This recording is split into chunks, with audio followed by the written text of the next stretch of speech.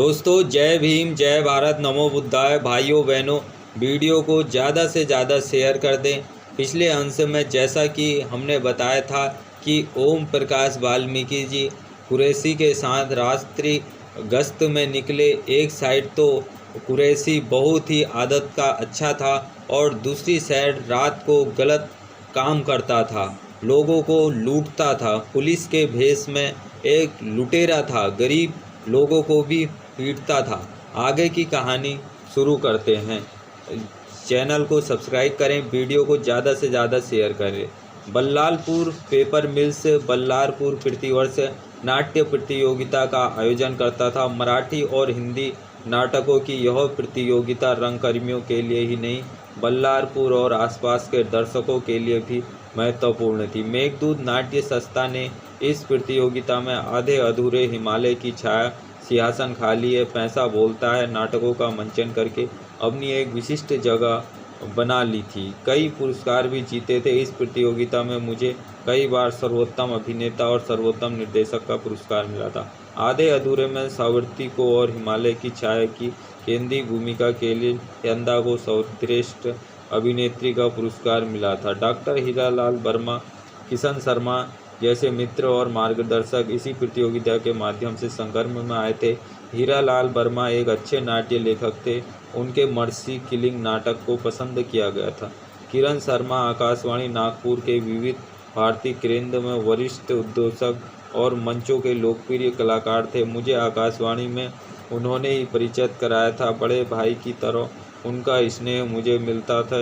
यंदा उनका बहुत आदर करती थी। मुझे बनाने में किशन शर्मा जी का बहुत बड़ा योगदान है। वे जितने अच्छे कलाकार थे उतने ही संवेदनशील इंसान भी थे, जो मानवीय अनुभूतियों को परख लेने की क्षमता रखते थे। डॉक्टर हनुमंत नायडू से चंद्रपुर ऑर्डिनेंस फैक्ट्री कॉलोनी में एक कवि सम्मेलन के दौरान मुलाकात हुई थी। पहली ही मुलाकात में वे अपने से लगे थे। नागपुर महाविद्यालय में हिंदी विभागाध्यक्ष थे। अच्छे गजलकार होने के साथ नवभारत में व्यंग्य शैली में एक स्तंभ भी लिखते थे। पारिवारिक स्तर पर भी वे बेहद आदमी थे। जब भी नागपुर जाना होता था, उनके निवास पहले मोहन नगर, बाद में सदर चले गए थे, पर मैं ज़रूर जाता था। वे मेरे लिए एक ऐसे मार्गदर्शक थे जिन्होंने मेरी कमजोरियों के प्रति मुझे सचेत किया, मेरी भाषा को परिमार्जित किया। उनके सानिध्य में ही विजय व्यास और रंजन त्रिवेदी कथाकार ने से परिचय हुआ था। विजय व्यास भी उन दिनों नवभारत में एक साहित्यिक स्तंभ चला रहे थे। नए उभरते रचनाकारों के लिए यह स्तंभ महत्वपूर्ण था। इसी स्तंभ में विजय व्यास ने मेरी कविताओं को समीक्षात्मक टिप्पणी के साथ छापा था। प्रसिद्ध गीतकार वीरेंद्र मिश्रा जी से भी मेरी भेंट डॉक्टर हनुमंत नायडू जी के निवास पर हुई थी। नागपुर के जाने माने रचना धर्मी डॉक्टर नायडू के घर पर जमा होते थे। डॉक्टर नायडू मेरी दलित विषयक रचनाओं पर वैसे तो कुछ खुलकर नहीं कहते थे, लेकिन अस्पृश्यता पर विचार उन्हें बहुत पीछे का लगता था। कई बार लगता था जैसे कहीं हमारे बीच वैचारिक असहमति है, लेकिन डॉक्टर नायडू का स्नेह इस असहमति को कहीं पीछे धकेल देता था।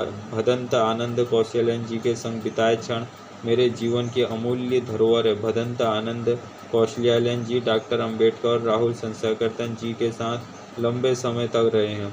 राहुल जी की रचनाओं से मेरा परिचय काफ़ी पहले सा था। मानव समाज ने जहाँ मानव विकास की प्रक्रिया से मुझे अवगत किया था, वही वैज्ञानिक भौतिकवाद ने मेरे मन से ईश्वर का अस्तित्व मिटा दिया था। वोल्गा से गंगा ने एक नई चेतना का संचार किया था। सांस्कृतिक विरासत के नाम पर जो झूठ पाठ्य पुस्तकों द्वारा रगों में भरा जा रहा था, उसे वोल्गा से गंगा से छिन्न भिन्न कर दिया था।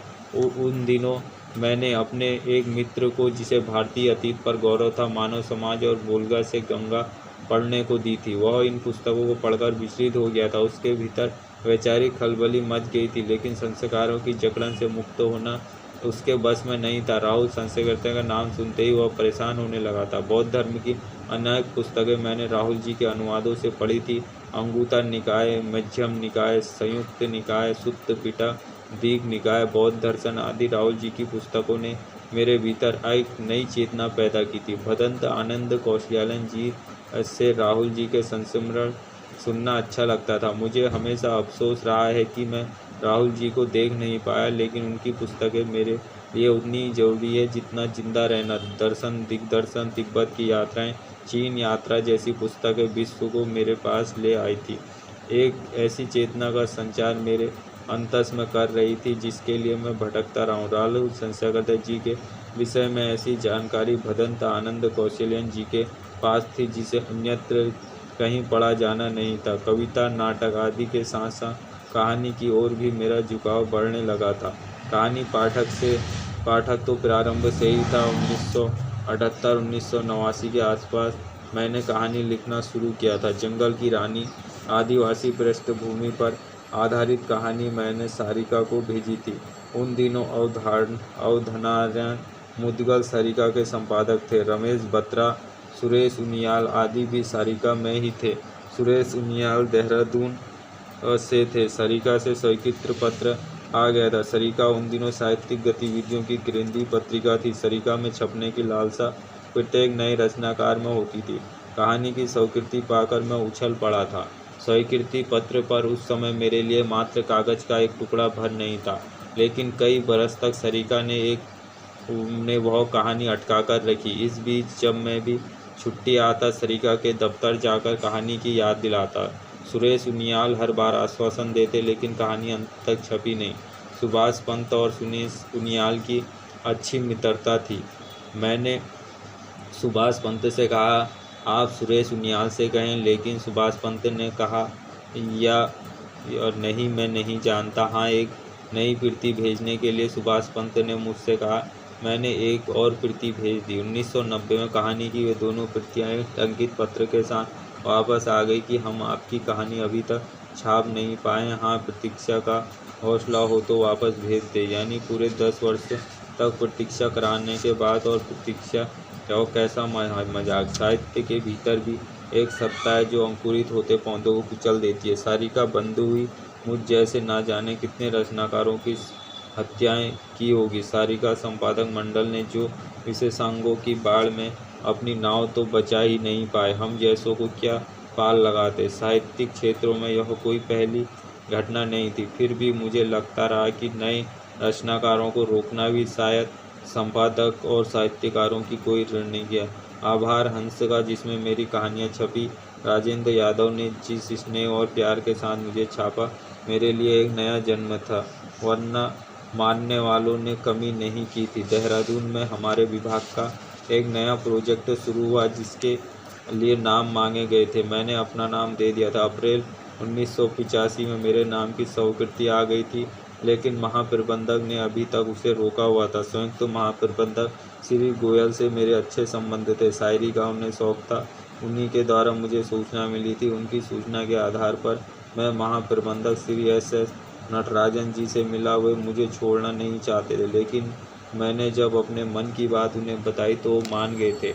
22 जून 1985 को ऑर्डिनेंस फैक्ट्री चंद्रपुर से मेरा स्थानांतरण ऑर्डिनेंस फैक्ट्री देहरादून के लिए हो गया था। मैं लगभग 13 वर्ष चंद्रपुर में रहा। चंद्रपुर छोड़ते हुए लग रहा था जैसे मैं अपना घर छोड़कर जा रहा हूँ। बहुत कुछ मेरे साथ जो चंद्रपुर ने मुझे दिया है, मेरे अनुभव को फेस्त में जो कुछ भी वह सब चंद्रपुर की थी। चंदा भी चंद्रपुर छोड़ना नहीं चाहती थी। वहाँ के जीवन में वह ऐसे रम गई थी, उसे छोड़ना मुश्किल लग रहा था। सौलिंग सिंह सबकाले की पत्नी वंदना और उसके बेटे बेटियां जैसे हमारे ही बच्चे थे। मन्नी तो मुझे डैडी और चंदा को माँ कहती थी। अपनी माँ को वह नाम से बुलाती थी। उन सबको छोड़ना चंदा के लिए मुश्किल था। उस रात हम सोए नहीं। वंदना और सालिक मन्नी हमारे पास बैठे रहे। सुबह ही निकलना था। वह सुबह बेहद पीड़ादायक थी। GT एक्सप्रेस से हम देहरादून के लिए रवाना हो गए थे। वे तमाम लोग पीछे छूट गए थे जिनके साथ रहकर सुख बांटा था। आज भी महाराष्ट्र की माटी की गंध मेरे पोर पोर में बसी है। दोस्तों, दलित लेखकों को जो है साहित्य में भी जगह नहीं मिलती थी। 10 साल तक ओम प्रकाश वाल्मीकि जी का साहित्य नहीं छपा। सारिका ने वह कहानी 10 साल तक नहीं छापी। उसके बाद कहा एक प्रति और भेज दो।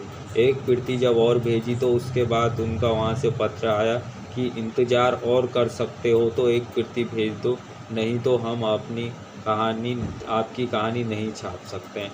ऐसा उनके साथ वहाँ भी भेदभाव किया गया था, जिसमें एक लेखक वर्ग को साहित्यक वर्ग को उभरने से पहले ही रास्ते से हटा दिया जा रहा था। ओम प्रकाश वाल्मीकि जी का चंद्रपुर से देहरादून स्थानांतरण हो गया था।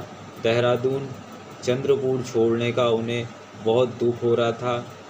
चंद्रपुर उनके रग रग में बस गया था। वहाँ के एरिए में वो और उनकी बीवी पूरी तरीके से हिल मिल गए थी। आगे की कहानी लेकर फिर हाजिर होंगे। जय भीम, जय भारत, नमो बुद्धाय।